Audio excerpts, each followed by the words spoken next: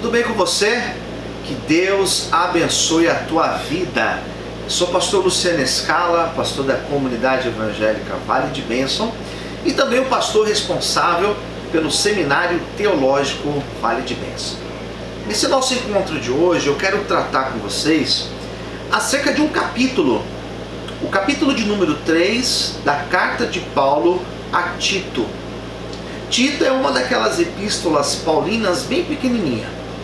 E o capítulo 3 é um capítulo que vale a pena nós estudarmos com um pouquinho mais de atenção. E é esse o nosso convite para esse momento, estudarmos e falarmos um pouco mais do capítulo 3 de Tito.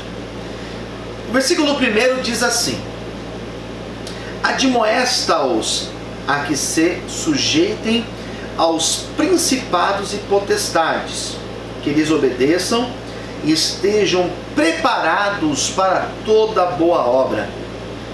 Que a ninguém infamem, nem sejam contenciosos, mas modestos, mostrando toda mansidão para com todos os homens. Nesse primeiro momento, o apóstolo Paulo está aconselhando Tito como ele deveria ensinar aos bispos, aos pastores, aos responsáveis que ele estaria levantando para realizarem uma grande obra na cidade de Creta. Então percebe que Paulo, quando ele vai dar esses conselhos a Tito, ele começa dizendo acerca da mansidão.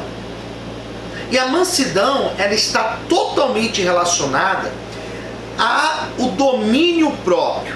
Percebe que Paulo, quando ele escreve aos Gálatas, ele fala do fruto do Espírito.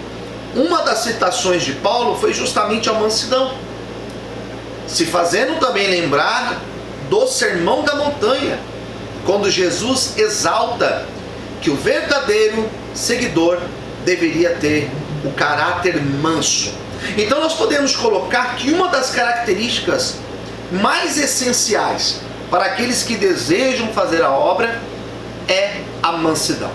Versículo 3 ele fala assim: porque também nós éramos no outro tempo insensatos, desobedientes, extraviados, servindo a várias concupiscências e deleites, vivendo em malícias, inveja, odiosos e odiando uns aos outros. Paulo vai falar desse homem antigo. Paulo vai escrever para Tito que antes nós tínhamos justamente essa postura aqui. Nós éramos carnais. Ele não usa o termo carnal, mas o que Paulo está dizendo é daquele velho homem, aquele homem que ficou lá atrás, que as nossas atitudes estavam totalmente relacionadas aos desejos, às concupiscências carnais. Isso nos termos paulinos, tá bom? Então Paulo vai falar que existe uma distância entre esse homem espiritual que nós nos tornamos pela ação regeneradora do Espírito Santo com aquele homem que nós éramos no passado. Versículo de número 4 diz assim: mas quando apareceu a benignidade e a caridade de Deus, nosso Salvador, para com os homens, não pelas obras de justiça que houvéssemos feito, mas segundo a sua misericórdia, olha o que ele fala agora: nos salvou pela lavagem da regeneração e da renovação do Espírito Santo. Então Paulo vai dizer que a ação do Espírito Santo, ela é uma ação que vai nos lavar, vai lavar o nosso interior. Ele vai dizer sobre a regeneração e a renovação do entendimento, que é o Espírito Santo que nos leva. Sendo assim, nós podemos concluir que quem leva o homem a uma mudança de pensamento, aquilo que Paulo escreve aos Filipenses, a metanoia, a mudança de entendimento, a mudança aqui interior, quem vai nos levar a isso é a ação do Espírito Santo. E é isso que Paulo destaca a Tito. No versículo de número 6 diz assim: que abundantemente ele derramou sobre nós por Jesus Cristo, nosso Salvador, para que, sendo justificados pela sua graça, sejamos feitos herdeiros segundo a esperança da vida eterna. Fiel é a palavra, e isto quero que deveras afirmes, para que os que creem em Deus procurem aplicar-se às boas obras. Estas coisas são boas e proveitosas aos homens. O que Paulo está dizendo é que a pessoa que foi regenerada pelo Espírito Santo, ela necessariamente vai praticar as boas obras. Bom, algo precisa ficar muito claro. Paulo não está dizendo que nós somos salvos porque praticamos as boas obras. Se ele tivesse dito isso, ele estaria entrando em contradição ao princípio de sola gratia, conforme Lutero, na sua reforma, a reforma protestante, ele nos amplia dentro daquela explicação da carta de Paulo aos Romanos, né? Paulo não está dizendo isso, mas ele está dizendo que nós que somos cheios do Espírito Santo, nós praticamos boas obras. Então percebe que aquilo que Paulo coloca e aquilo que Tiago vai dizer na sua Epístola Universal no capítulo 2 faz todo um sentido.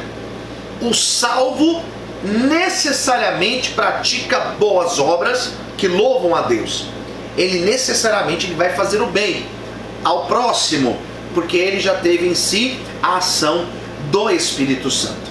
Versículo 9: mas não entres em questões loucas, genealogias e contendas, e nos debates acerca da lei, porque são coisas inúteis e vãs. Não fique questionando as questões relacionadas, genealogias, né, que os judeus muito se apegavam, justamente se apoiando na tradição deles, né, questões relacionadas à lei do judaísmo. Não se apegue a isso.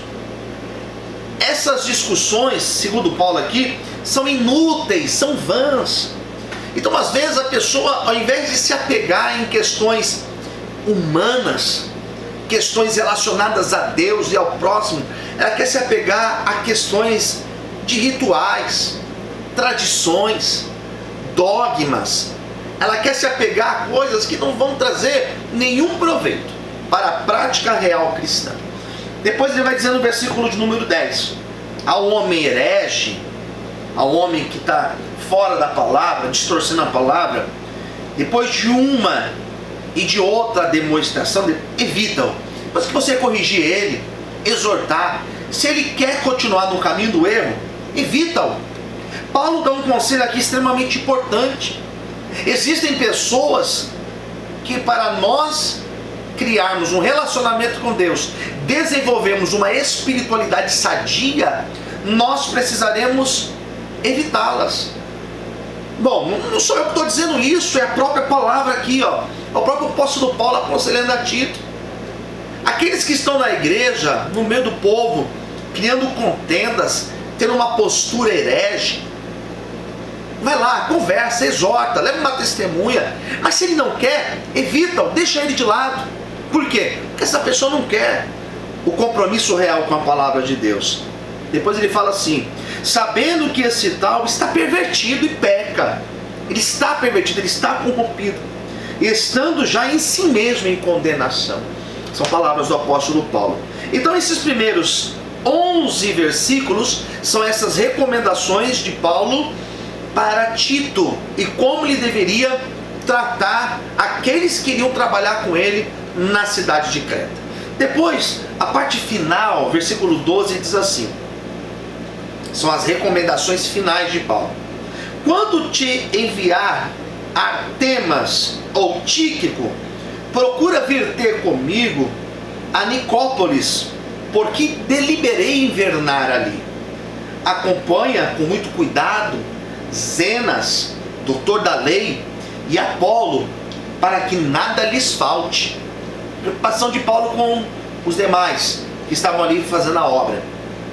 E os nossos aprendam também a aplicar-se às boas obras, nas coisas necessárias, para que não sejam infrutuosos. Paulo mais uma vez fala sobre o aplicar-se a boas obras, mas agora ele vai expandir, dizendo: olha, não sejam infrutuosos. O que é infrutuoso? Aquele que não produz fruto.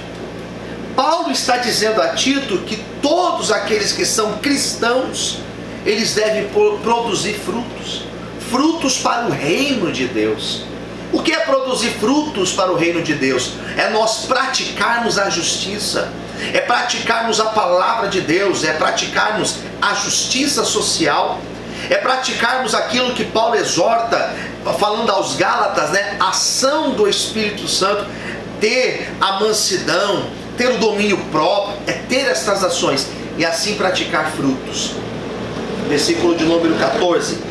E o versículo 15, que é o último versículo, Paulo encerra dizendo: sauda-te todos os que estão comigo, saúda tu os que nos amam na fé, graça seja com vós todos, amém.